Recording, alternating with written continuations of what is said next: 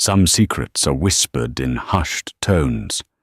Others are detonated on the front page of a national newspaper.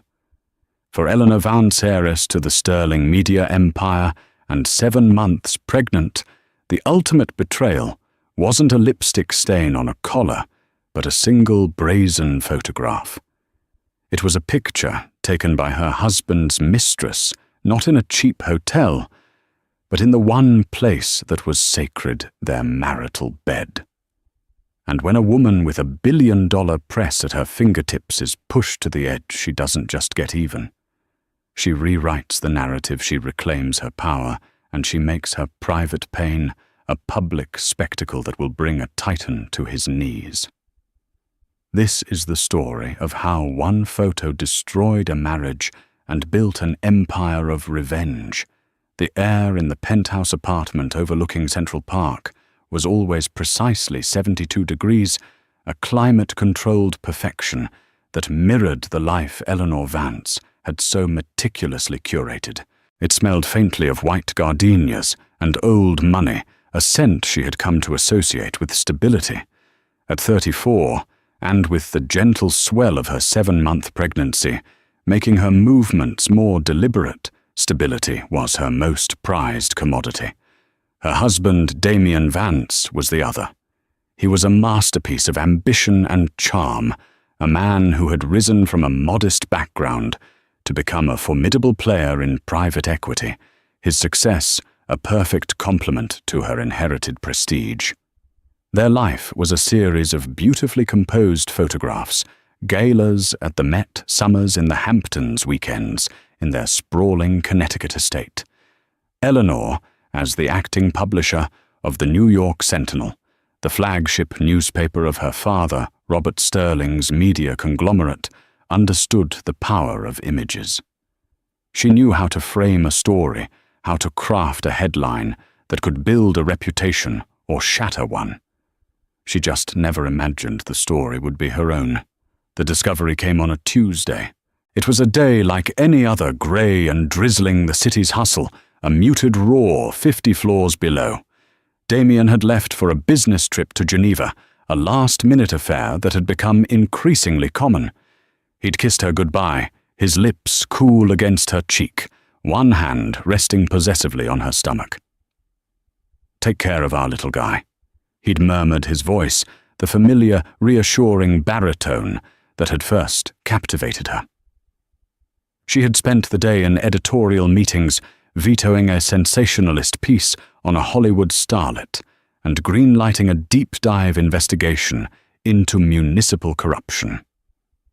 She was good at her job, incisive, fair, and with an inherited instinct for what the public craved. Her father had gifted her the publisher role, not out of nepotism, but as a test. She was determined to prove she was more than just Robert Sterling's daughter. That evening, a profound sense of loneliness settled over the vast apartment. The silence was broken only by the hum of the air purifier and the distant wail of a siren. Restless, she decided to tidy Damien's side of the closet, a task she normally left to the housekeeping staff. She ran her hand over his row of perfectly tailored Brioni suits, the crisp white shirts, the collection of Swiss watches nestled in their velvet-lined case. It was all part of the image he projected, impeccable, successful, untouchable. Tucked behind a stack of shoeboxes was a small navy blue Hermes box she didn't recognize. It wasn't her birthday or their anniversary. Curiosity piqued, she opened it. Inside, nestled on a bed of silk, was not a tie or a pair of cufflinks, but a sleek burner phone. It was the kind of device used for conversations one didn't want on the record. A cold dread, sharp and sudden, pierced the warm bubble of her pregnancy. Her heart began to beat, a frantic, heavy rhythm against her ribs. With trembling fingers, she powered it on. The battery was almost full. There were no contacts, no call logs, just a gallery of photos. She clicked on it, her breath catching in her throat. The first few pictures were innocuous cityscapes, a close-up of a whiskey glass, a blurry shot of a taxi's interior. Then they started. photos of a woman Eleanor had never seen before. She was younger, maybe in her late 20s, with raven black hair, impossibly high cheekbones, and a smile that was both predatory and alluring. She was beautiful in a way that felt dangerous. Eleanor scrolled her thumb, moving mechanically, as her world tilted on its axis. There were photos of them at a candlelit dinner, Chloe's hand resting on Damien's. A shot of them, laughing on a boat, the sun glinting off the water behind them. They looked happy, carefree.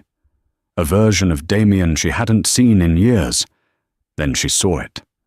The final photograph, the one that stopped the air in her lungs and turned the blood in her veins to ice. It was Chloe the mistress propped up against a pile of pillows. She was wearing one of Damien's white dress shirts, unbuttoned just enough to hint at the nakedness beneath. Her black hair was fanned out against the crisp linen, and she held a flute of champagne, a triumphant smirk playing on her lips. But it wasn't her presence that was the gut punch. It was the where. Eleanor's eyes darted from the phone to the room around her. She recognized everything. The custom-made mahogany headboard, the grey silk wallpaper with its subtle hand-painted silver birch trees, the cashmere throw, a wedding gift from her grandmother, draped artfully over the foot of the bed. The woman was in her bedroom. In her bed. The sanctuary she shared with the man carrying their child. The photo wasn't just evidence of an affair, it was an invasion, a declaration of war. It was a flag planted on conquered territory. The woman in the photo wasn't just sleeping with her husband, she was trying on her life for size. A wave of nausea, wholly unrelated to her pregnancy, washed over her. She stumbled back, hitting the wall, the burner phone clattering to the floor. The image was seared into her mind, the woman's defiant gaze, the familiar wallpaper, the champagne flute held like a trophy. Damien hadn't just cheated. He had brought his betrayal into the heart of their home, defiling the one space that was supposed to be theirs alone. The silence of the penthouse was no longer peaceful. It was suffocating. Every object seemed to mock her. The wedding photo on her nightstand with her and Damien smiling felt like a prop from a forgotten play. The baby clothes, neatly folded in the nursery down the hall, seemed like relics of a future that had just been stolen.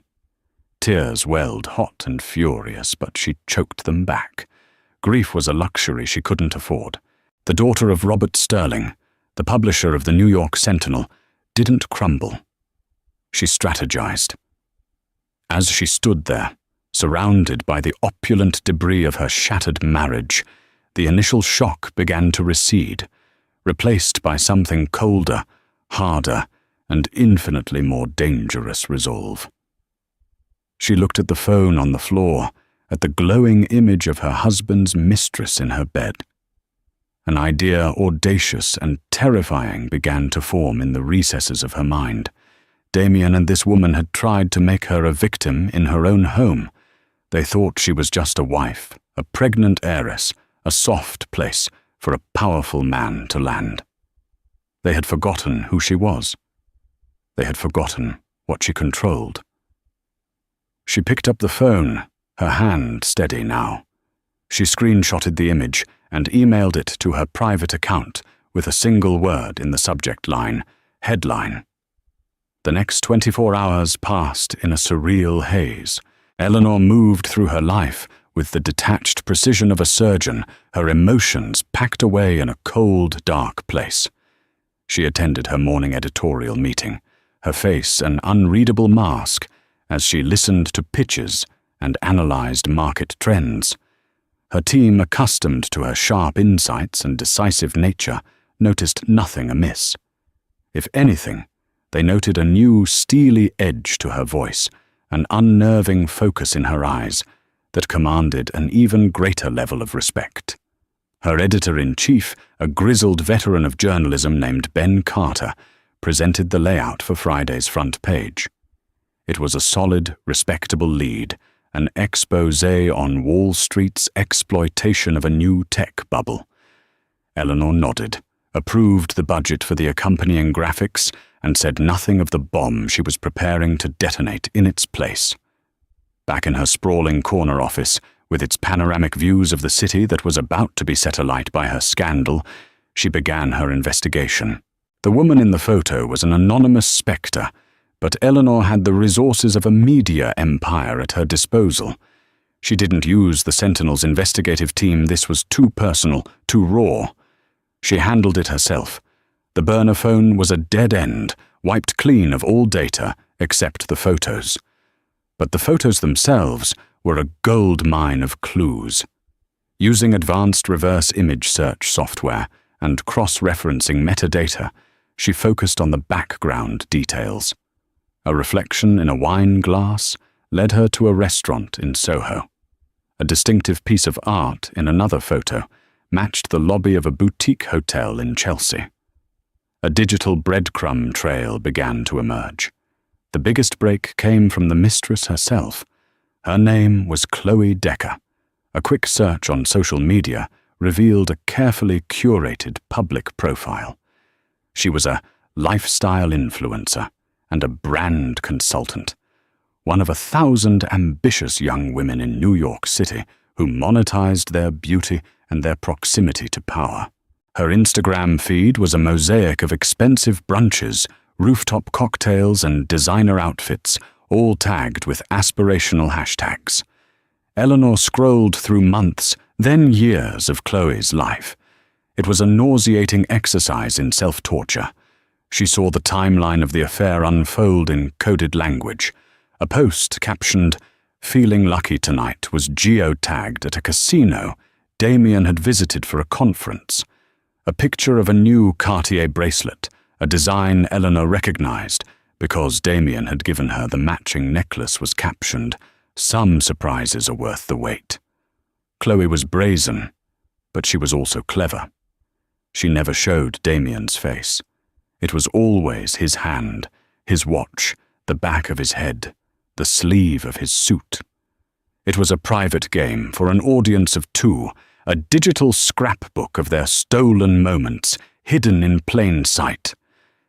And then Eleanor found it. The photo. The one from her bedroom. It wasn't on Chloe's public feed. It had been posted to her close friend story on Instagram, a smaller, more intimate circle. But someone in that circle had taken a screenshot. The image had leaked, bouncing around private chat groups, before Eleanor found it on a gossip forum, posted anonymously with the caption, "Looks like Damien Vance is keeping busy while his wife is pregnant." The poster was a ghost, but the screenshot was time-stamped. It had been taken 3 weeks ago, on the night Damien had claimed to be working late to close a deal. He had brought that woman into their home, into their bed, while Eleanor was just down the hall in her home office, working to build the legacy he was so eager to share. The public nature of the leak, however small, changed everything. This wasn't just a private betrayal anymore. It was a public humiliation waiting to happen. Chloe hadn't just taken the photo for Damien. She'd shared it. She was testing the waters, pushing the boundaries, trying to force his hand. She wanted out of the shadows. Eleanor saved a high-resolution copy of the image. She stared at it, dissecting it like a piece of evidence. The look in Chloe's eyes was pure defiance. The champagne flute wasn't just a prop. It was a toast to her victory. She wasn't hiding. She was waiting to be found. The cold resolve in Eleanor's heart hardened into something akin to granite. Her initial plan had been born of pure, white-hot rage. Now it was becoming a calculated strategy. This was no longer just about a cheating husband. It was about power control and the narrative. Chloe had tried to write herself into Eleanor's story. Damien had allowed it. Now Eleanor would write the ending. She picked up her phone and made 2 calls. The first was to Sophia Hayes, her best friend since boarding school. and now one of the most feared divorce attorneys in New York. Sophia Eleanor said, her voice devoid of emotion. "It's happening. I need you to start the paperwork. Asset freeze the works, and I need the name of the best opposition researcher you've ever worked with." Sophia, hearing the chilling calm in her friend's voice, didn't waste time with condolences. "I'll have a name for you in 5 minutes. Ellie, are you okay?" "I'm about to be," Eleanor replied, ending the call. The second call was to the head of her IT department. "David, I need you to do a complete digital forensic analysis of my husband's devices and financials. Server access, cloud accounts, everything. Use a ghost team. I want no internal record of this. The authorization code is Sterling Alpha 1. It was her father's code, a key that unlocked the deepest levels of their company's resources to be used only in the direst of circumstances." David didn't question it. As the afternoon sun cast long shadows across her office, Eleanor leaned back in her chair, placing a protective hand on her belly. The baby kicked a small, reassuring flutter. This was for him now, too. It was about protecting his future, his legacy from the stain of his father's treachery. She pulled up the screenshot of Chloe in her bed one last time. She magnified the image, zooming in on the woman's smug face. Then she opened the Sentinel's layout software, deleted the Wall Street story from the front page, and inserted the photo. It stared back at her from the screen, shocking and profane. Above it, she typed the headline that had been burning in her mind since the night before. It was simple, brutal, and unforgettable. The first person to see the mock-up of the new front page was Ben Carter.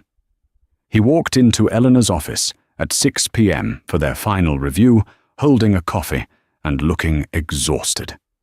He glanced at the monitor on her wall where the layout was displayed and promptly dropped his cup. Hot coffee splashed across the pristine white carpet. He didn't seem to notice. "Eleanor, what in God's name is that?" He stammered, his face pale. The photo was enormous, taking up the top half of the page.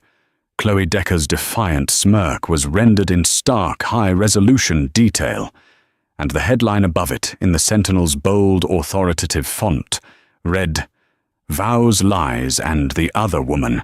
A Night in the Vance Bedroom." Below the photo was a smaller professional headshot of Damien. The subheadline read, "Prominent Financier. Damien Vance's extramarital affair breaches the marital home as wife publisher. Eleanor Vance prepares for first child." "It's the new lead story," Eleanor said calmly, her eyes not leaving his. Ben, a man who had covered wars, riots, and presidential scandals, looked genuinely terrified. "You can't be serious. Eleanor, this is professional suicide. It's personal. We'll be a laughingstock. This isn't journalism. It's a diary entry." "Is the information accurate?" "Ben," she asked, her voice dangerously quiet. "That's not the point. There are standards, ethics, libel laws. That woman could sue us into oblivion. Damien could sue us." "She won't sue," Eleanor stated with certainty. "A lawsuit would require discovery. I doubt she wants her entire life, her finances, her arrangement with my husband scrutinized in a court of law. As for Damien, he's about to have much bigger problems. And as for the charge of it being personal, you're damn right it is. He made it personal when he brought her into my home. He made it my business, and I am making it the public's business." But why Ben pleaded his journalistic integrity, warring with his loyalty to her? "Handle this privately. See a lawyer. Don't use a respected newspaper as your weapon." Because, Eleanor said, standing and walking to the window, her pregnant silhouette framed against the glittering skyline, men like Damien men, with power and money, thrive in the shadows. Their transgressions are handled with quiet phone calls, discreet settlements, and non-disclosure agreements. Their victims are silenced. I will not be silenced. I will not be a quiet, dignified victim who fades into the background. He used his power to humiliate me privately. I'll use mine to hold him accountable publicly. Their standoff was interrupted by a sharp rap on the door. It swung open to reveal Robert Sterling Eleanor's father. A formidable man in his late 60s, he possessed an aura of absolute authority that could make titans of industry feel like schoolboys. He took in the scene, Ben's shocked face, the spilled coffee, and the monstrous front page on the monitor, and his expression hardened. "Ben, leave us," he commanded. His voice was soft, but it carried the weight of an executioner's order. Ben fled without a word. Robert closed the door and turned to his daughter. "Sophia called me. She told me about the phone. She didn't tell me about this," he said, gesturing to the screen. "I was going to," Eleanor said, bracing herself. He walked over to the monitor and stared at the page for a long, silent minute. Eleanor watched his reflection in the glass. She saw the flicker of paternal rage in his eyes, but it was quickly replaced by the cool, calculating gaze of a media magnate. He was assessing the story not as a father, but as a competitor. "The headline is weak," he said finally. Eleanor blinked, caught off guard. "What, it's reactive?" "Vows, lies, and the other woman." "It's the headline of a victim," he said, turning to face her. "You are not the victim in this story, Eleanor. You are the power. You own the narrative. The story isn't that your husband cheated on you. The story is that you, the publisher of this city's most influential newspaper, are exposing him. You are the news." He walked to her desk, took the keyboard and deleted her headline. He thought for a moment, his fingers hovering over the keys. Then he typed, "Sterling heiress and publisher. Eleanor Vance exposes husband's betrayal on her own front page." He turned back to her. "We lead with your power. We frame this as an unprecedented act of a woman taking control. We make you the icon, him the footnote, and her the collateral damage. We don't just report the news, Eleanor. We create it." A chill ran down Eleanor's spine. She was looking at the man who had built an empire by understanding better than anyone that public perception was reality. He wasn't just supporting her. He was weaponizing her pain for maximum impact. A part of her was horrified, but a much larger part, the part that was his daughter, was impressed. "Our legal team will have a field day," she murmured, testing him. "Our legal team works for me," he replied flatly. "They will handle it. We'll publish a statement from you. Something about transparency, holding the powerful accountable, and refusing to be shamed into silence. We'll spin this as a feminist statement, a boss move. By sunrise, every talk show in the country will be debating it.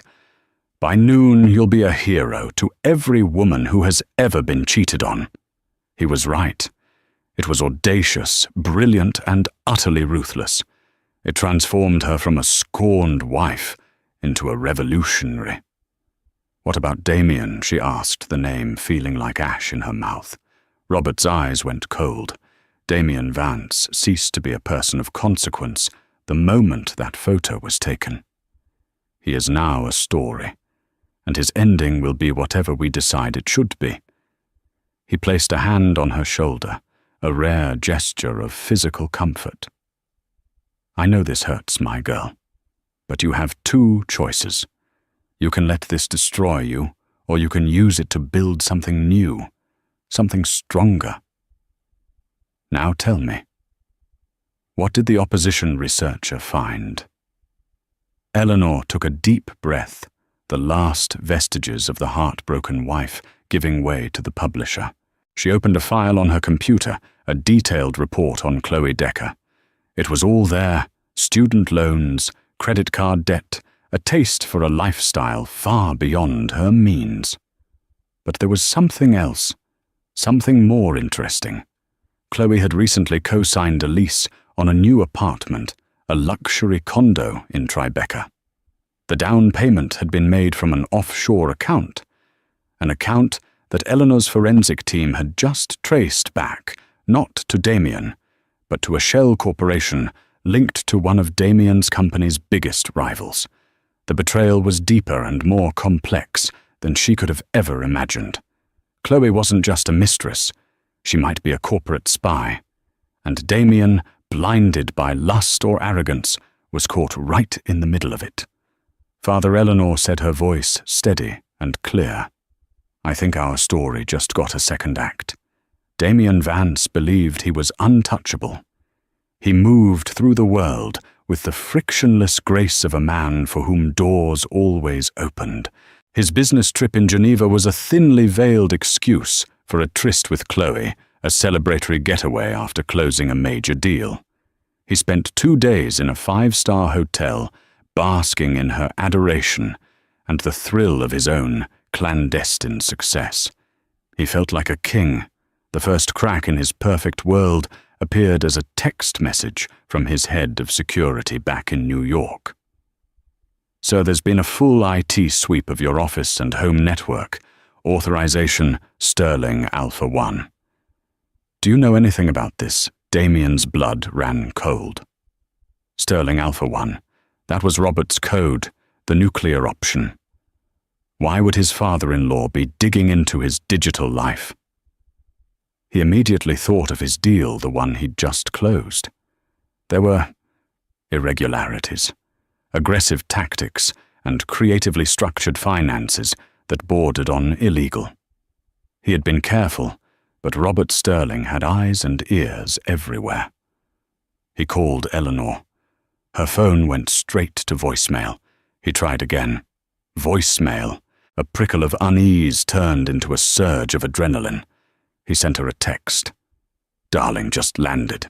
Everything okay? Heard from your father's office about an IT audit. A bit strange. Call me. Silence. He then tried to log into his corporate accounts. Access denied. His personal bank accounts, the ones he shared with Eleanor. Access denied. A single joint checking account remained open, but the balance was a fraction of what it should have been. Panic and emotion Damien hadn't felt since he was a scholarship kid, surrounded by old money, began to claw at his throat. Sophia Hayes. It had to be her. Eleanor's bulldog of a friend, the divorce attorney.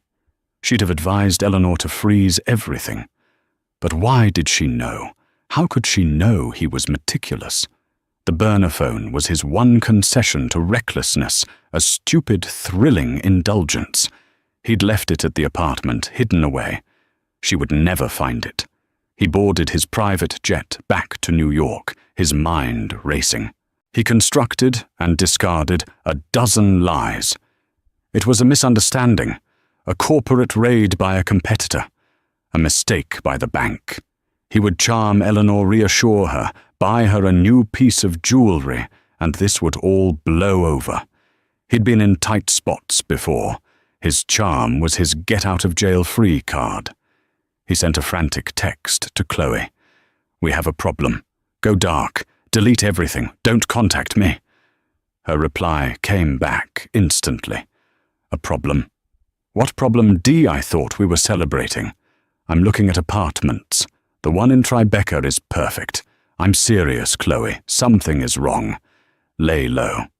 He switched off his phone, the silence of the cabin deafening. For the first time, he felt a flicker of fear that this was spiraling beyond his control. Chloe Decker, sitting in a trendy cafe in Soho, stared at his text message with a mixture of anger and contempt. Lay low. That's what he always said.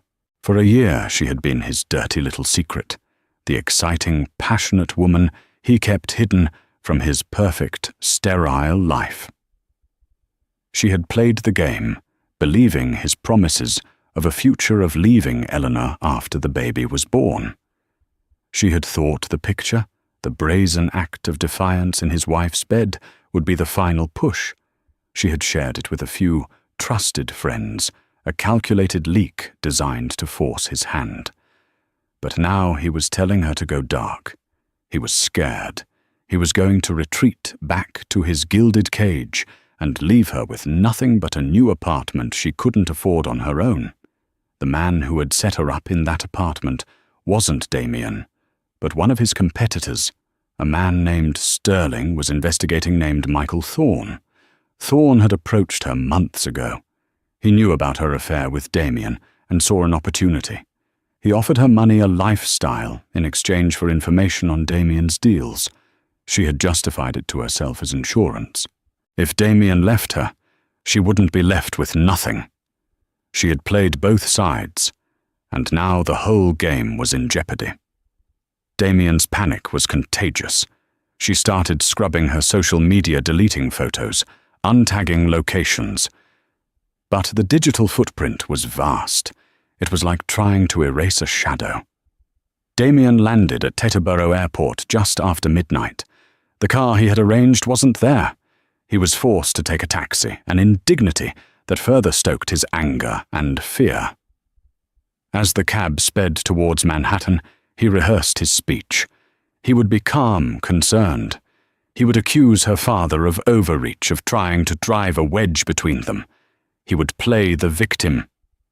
When he finally reached their penthouse, his keycard flashed red. Access denied. He buzzed the intercom, his thumb pressing down hard. After a long moment, the concierge's voice crackled through. "I'm sorry, Mr. Vance. I have instructions that you are not to be admitted. Instructions from whom?" Damien roared, his composure shattering. "From Mrs. Vance, sir." He was locked out of his own home.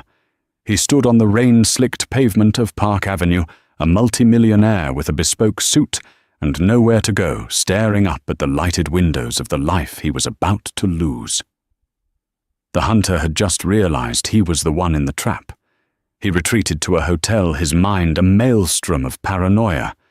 He didn't know what Eleanor knew, and that ignorance was terrifying. He imagined she'd found a text message, an email, a simple, sordid affair. It was bad, but it was manageable. Marriages survived this. He could fix it. He would grovel, he would promise her the world. He just needed to get in a room with her. He fell into a fitful sleep, unaware that across the city the presses of the New York Sentinel were beginning to run. Thousands of copies, then tens of thousands were being printed and bundled. On each one, a high-resolution image of Chloe Decker, lounging in his bed, was drying under a headline that would not just end his marriage, but utterly annihilate his world. The unraveling was just beginning. The city awoke on Friday morning to a media firestorm. It began not with a bang, but with a thud, the sound of bundled newspapers hitting sidewalks and doorsteps across the 5 boroughs. In the pre-dawn glow, bleary-eyed commuters on their way to the subway CEOs, waiting for their drivers, and hungover artists grabbing coffee, saw it. And they stopped. The New York Sentinel was not a tabloid. It was a pillar of serious journalism, a paper of record. Its front page was typically reserved for global conflicts, political upheavals, or market-crashing financial news. But today, its entire upper half was a glossy, high-color photograph of a beautiful woman in a man's shirt, smirking in a lavish bedroom, and then the headline, "Sterling heiress and publisher Eleanor Vance exposes husband's betrayal on her own front page." It was an act of journalistic aggression, so personal and audacious that it was breathtaking. People bought the paper, not just to read the story, but to own a piece of the spectacle. By 7 a.m., every newsstand in Manhattan was sold out. The Sentinel's website, which featured a digital version of the story, along with an embedded copy of the photo, crashed twice due to unprecedented traffic. Damien Vance woke up in his sterile hotel room, feeling disoriented. His phone had been buzzing incessantly. He ignored it, assuming it was business associates confused about his locked accounts. He showered, put on the same suit from the day before, and ordered room service. It was as he was signing the bill that he saw it. The hotel employee was trying not to stare, but his eyes kept flicking from Damien's face to the newspaper tucked under his arm. "Is there a problem?" Damien asked, his voice sharp. "No, sir." "Nothing," the man mumbled, beating a hasty retreat. Damien snatched the paper from the room service cart. He unfolded it, and he saw. The world seemed to fall away. The sounds of the hotel hallway, the distant vacuum, the ding of an elevator faded into a dull roar in his ears. It was all there. The photo, the headline, his professional headshot looking smug and successful, positioned right below Chloe's triumphant image. He read the byline, a special report by the Sentinel's lead investigative team, but he knew with sickening certainty that every word had been orchestrated, if not written, by Eleanor herself. The article was a masterpiece of cold, factual savagery.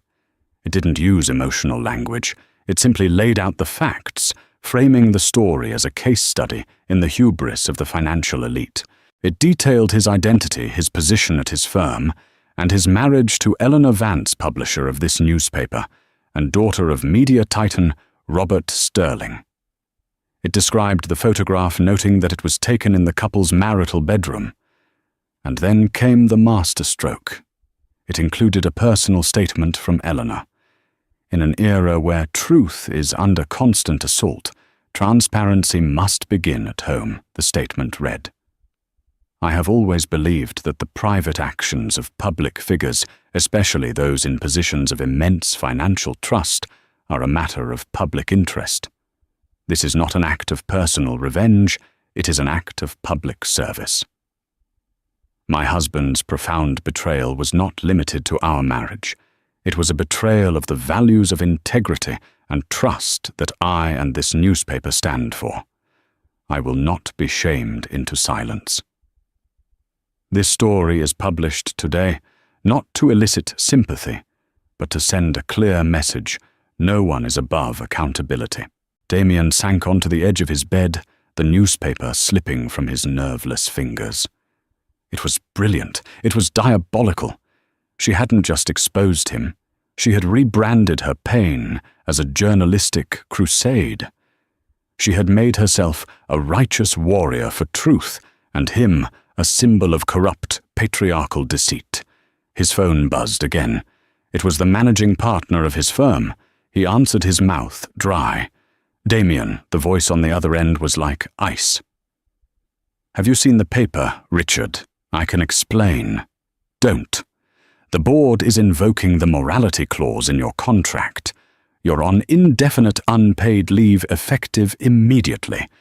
Don't come to the office. We'll have your things couriered over. A public statement of your resignation is being drafted as we speak." The line went dead. Calls flooded in. His lawyer, his PR agent who told him she was dropping him as a client, his mother weeping hysterically from her home in Ohio. The story was everywhere. It was the lead on every morning news show. Cable news channels had assembled panels of experts, psychologists, media analysts, feminist scholars to dissect the Vance affair. Eleanor's statement was being read aloud, her photo displayed next to the front page. She was being hailed as a new icon of female empowerment. A Team Eleanor hashtag was trending worldwide. Chloe Decker was also trending, but for very different reasons. Her face was now one of the most recognized in the country. Her social media was inundated with a torrent of vitriol. She was branded a homewrecker, a gold digger, a pariah. Reporters were camped outside her apartment building. The glamorous life she had so desperately craved had arrived, but it was a nightmare. The man she had been working for, Michael Thorne, sent her a single text: "You're a liability. Our arrangement is terminated." In one fell swoop, Eleanor had destroyed them both. Up in her penthouse, Eleanor stood by the window, watching the city buzz with the news she had created. She hadn't slept. Her father had stayed with her until the first papers were delivered, a silent, powerful presence. Her phone was full of messages of support from friends, colleagues, and even strangers. She felt a strange, hollow victory. There was no joy, only the grim satisfaction of a necessary amputation. She had cut the rot out of her life. The pain was immense, but the wound was clean. The front page wasn't just an ending, it was a cauterization. It was the first day of her new life, a life where she was no longer Mrs. Damien Vance, but Eleanor Vance, the woman who controlled the story. The power was hers now, completely and irrevocably. The silence in the apartment was no longer lonely. It was the sound of peace. The days that followed the publication were a blur of scorched earth. Damien, stripped of his job and publicly disgraced, became a pariah. Friends stopped returning his calls. The clubs and restaurants where he was once a welcome fixture now treated him like a leper. He was a walking scandal, and in the world of high finance, scandal was a contagion to be avoided at all costs. Desperate and cornered, he tried to fight back. He hired a new bottom-feeding PR crisis manager and went on the offensive. He gave a single disastrous television interview. Sitting opposite a prime-time journalist, he attempted to paint Eleanor as an unhinged, emotionally unstable pregnant woman manipulated by her ruthless father. She's not a journalist.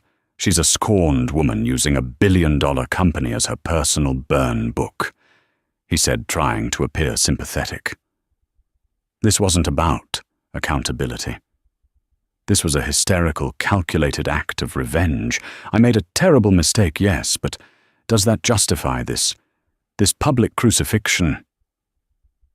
The strategy backfired spectacularly.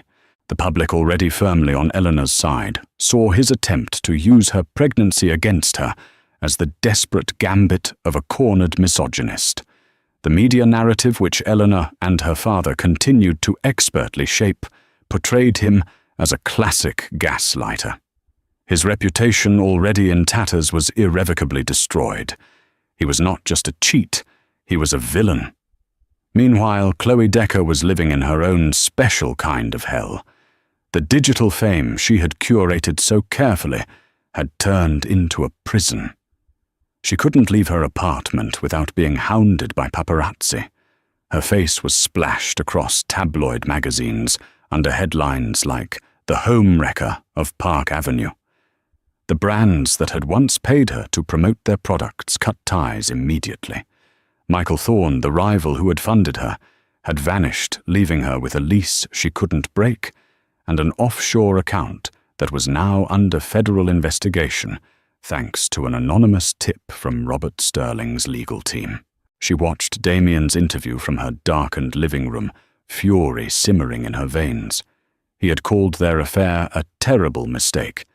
He had reduced her, the woman he'd claimed to love, to a symptom of his wife's alleged hysteria. He had used her, and now he was discarding her as part of his pathetic attempt to save himself. He had promised her the world, but in the end, she was just another secret he was ashamed of. In that moment, Chloe realized a fundamental truth. She and Eleanor Vance, the woman she had loathed and envied, had one thing in common. They had both been played by Damien, but only one of them had any power left. Driven by a cocktail of self-preservation and a burning desire for her own form of revenge, Chloe did the unthinkable. She found the private contact number for Eleanor's personal assistant at the Sentinel and left a message. "Tell Mrs. Vance that Chloe Decker has information she'll want to hear. Information that goes far beyond a simple affair." Eleanor's assistant delivered the message with extreme trepidation. Eleanor's first instinct was to refuse. Why would she ever speak to that woman? But her journalistic curiosity, the instinct that made her so good at her job, was piqued. Information that goes far beyond a simple affair. It echoed the findings of her own forensic team about the offshore accounts and the rival competitor. She agreed to a meeting not out of forgiveness, but out of strategy. The location was neutral, secure, and entirely on her terms, a private conference room at the law offices of Sophia Hayes. 2 days later, the two women came face to face for the first time. Chloe looked diminished without her Instagram filters and designer clothes. She was pale, her eyes ringed with exhaustion. Eleanor was the picture of power, dressed in a sharp maternity blazer, her demeanor cool and professional. She didn't offer a greeting. She simply said, "You have 5 minutes." Chloe, humbled and desperate, didn't waste time. She laid it all out, the entire sordid arrangement with Michael Thorne, how Thorne had identified her as Damien's weakness and offered to finance her lifestyle in exchange for inside information about Damien's deals. She explained that Damien was arrogant, always boasting about his victories, and that it was easy to piece together sensitive information. The deal he just closed in Geneva, Chloe said, her voice shaking slightly. It wasn't just aggressive, it was illegal. He used insider information that Thorne fed him, funneled through me, to short a stock before acquiring the company. It was a setup. Thorne wanted him to take the bait to commit securities fraud, so he could expose him and trigger an SEC investigation. He was going to ruin Damien and his firm, and I was his weapon. Eleanor listened, her expression unreadable, as the pieces clicked into place. Damien's panic after the IT audit, the strange financial trails her team had found. Her husband wasn't just a philanderer. He was a fool, a criminal fool who had been played by everyone, his mistress, his rival, and ultimately his wife. "Why are you telling me this?" Eleanor asked, her voice cold. "What do you want?" "I want immunity," Chloe said, looking Eleanor directly in the eye for the first time. "And I want to destroy him. He was going to leave me with nothing, call me a mistake in front of the whole world. Thorne was going to let me take the fall with him. You are the only person with the power to control what happens next. Give the SEC my evidence, and I'll testify. In return, you make sure my name is cleared. Frame me as a confidential informant, a pawn in their game." Eleanor stared at the woman sitting across from her. She saw not the smug mistress from the photograph, but a fellow survivor of Damien's toxic orbit. They were not friends. They would never be friends.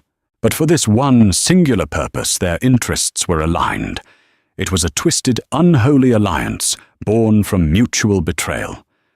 "Give my lawyer everything you have," Eleanor said, standing. "Every email, every text, every bank statement. If it's credible, I will pass it to my father's contacts at the Justice Department. They will be discreet in how they handle your involvement." She turned to leave, then paused at the door. "One more thing. You will disappear. After you testify, you will leave New York, and you will never work in this city again. You will erase your digital footprint, and you will become anonymous. Your 15 minutes of fame are over." Chloe nodded, a flicker of the old defiance in her eyes, being replaced by weary resignation. "Gladly." Eleanor walked out of the law office and into the waiting car, a new, more lethal story taking shape in her mind. The front page had been the opening salvo. This was the kill shot. The final confrontation did not happen in a boardroom or a lawyer's office. It happened where it all began, in the vast, silent penthouse overlooking Central Park. 2 weeks after the front page, and 1 week after her meeting with Chloe, Eleanor agreed to see Damien. He had been begging for a meeting, sending desperate emails, leaving pleading voicemails with her assistant. She granted his request not for his sake, but for hers. She needed this closure. She instructed the concierge to send him up. When he stepped out of the private elevator, he was a ghost of the man she had married. His expensive suit, hung on a frame that had lost 20 pounds. His face was gaunt, his eyes bloodshot. The swaggering confidence that had once defined him was gone, replaced by the hollowed-out look of a man who had lost everything. He looked around the apartment, his apartment now a foreign territory. "Eleanor," he began, his voice raspy. "Thank you for seeing me." "Don't thank me," she said, her voice cool and even. She was standing by the floor-to-ceiling windows, her back to him. She didn't turn around.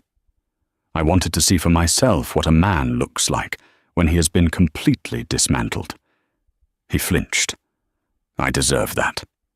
I deserve all of this. What I did. It was unforgivable. I was arrogant and stupid, and I threw away the most important thing in my life. You. Our child." He took a step closer. "But this public war, it has to stop. We have a child coming, Eleanor. We can still handle this with some dignity. For him." It was the plea she had expected, the appeal to their unborn son. She finally turned to face him, and for the first time, he saw the woman she had become. The soft warmth in her eyes was gone, replaced by an arctic chill. Dignity, she repeated the word as if it were a foreign object. "You speak of dignity. You who brought your mistress into our bed, into the room, next to our son's nursery. You who went on national television and called your pregnant wife hysterical. You forfeited your right to speak of dignity long ago." "I was desperate," he pleaded. "You and your father, you destroyed me." "No," she said, taking a step toward him, her presence more formidable than ever. "We didn't destroy you, Damien. We simply held up a mirror. Everything that has happened to you is a consequence of your own actions. I just chose to make those consequences public." She gestured to a leather-bound folder on the marble coffee table.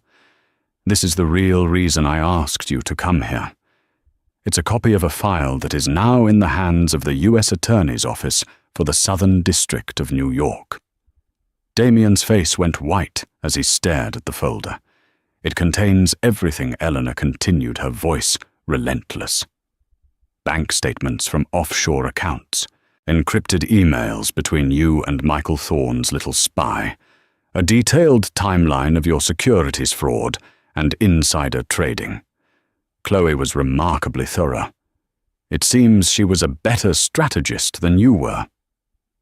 He looked as though he'd been physically struck. He staggered back, his hand gripping a chair for support. "Chloe," he whispered, the betrayal fresh and raw. "She chose a side," Eleanor said simply. "The winning one. You see, Damien, your affair was never the real story. It was just the headline. The real story is that you are a criminal, a weak, arrogant man who was outplayed by everyone, your rival, your mistress, and your wife." She walked to her desk and picked up a pen and a single sheet of paper. "You have one choice left. This is a post-nuptial agreement. It cedes full custody of our son to me. It relinquishes any and all claims to my assets, my inheritance, and any Sterling-owned property. You will walk away with nothing but the clothes you are wearing and the sealed federal indictment that will be coming your way in the next 48 hours. She placed the document in front of him. "Sign it, and I will instruct my lawyers to be less than zealous in their cooperation with the prosecution. I won't save you, but I won't actively bury you either. Refuse, and I will place the full weight of my family's resources and influence into ensuring you spend the next 20 years in a federal prison. You will never see your son. You will be a cautionary tale, I tell him, about the kind of man he should never become." Tears welled in Damien's eyes, tears of self-pity, of utter defeat. He looked at the woman before him, this titan of industry she had become, and he saw a stranger. The life he had built, the empire he had married into, was now being used to crush him into dust. He had nothing left to bargain with. He was checkmated. With a trembling hand, he took the pen and signed his name, his signature, a frantic scrawl. Eleanor took the paper without looking at him. "The doorman will see you out." He didn't say another word. He turned and walked out of the elevator, out of the building, and out of her life. Eleanor Vance stood alone in her penthouse, the signed paper in her hand. The city lights twinkled below a sea of infinite possibilities. She placed a hand on her belly, feeling the strong, steady kick of the next generation of the Sterling dynasty. The pain of her husband's betrayal was still there, a dull ache beneath the surface, but it no longer defined her. It was merely a part of her story, the chapter that had forged her into the queen of her own empire. She had faced the ultimate humiliation and had not only survived, but triumphed. Her reign was just beginning. The story of Eleanor Vance is a stark reminder that hell hath no fury like a woman with power, purpose, and a front page at her disposal. She didn't just get mad. She got strategic. She transformed her deepest personal pain into a public declaration of strength, proving that the narrative belongs to whoever has the courage to write it. What did you think of her methods? Was it a masterclass in revenge, or a step too far? Let us know your thoughts in the comments below. If you were captivated by this story of betrayal and ultimate triumph, make sure to hit that like button. Share this video with someone who loves a story of epic payback, and most importantly, subscribe to our channel for more real-life dramas, where the stakes are high and the endings are always unforgettable. Don't miss what's coming next.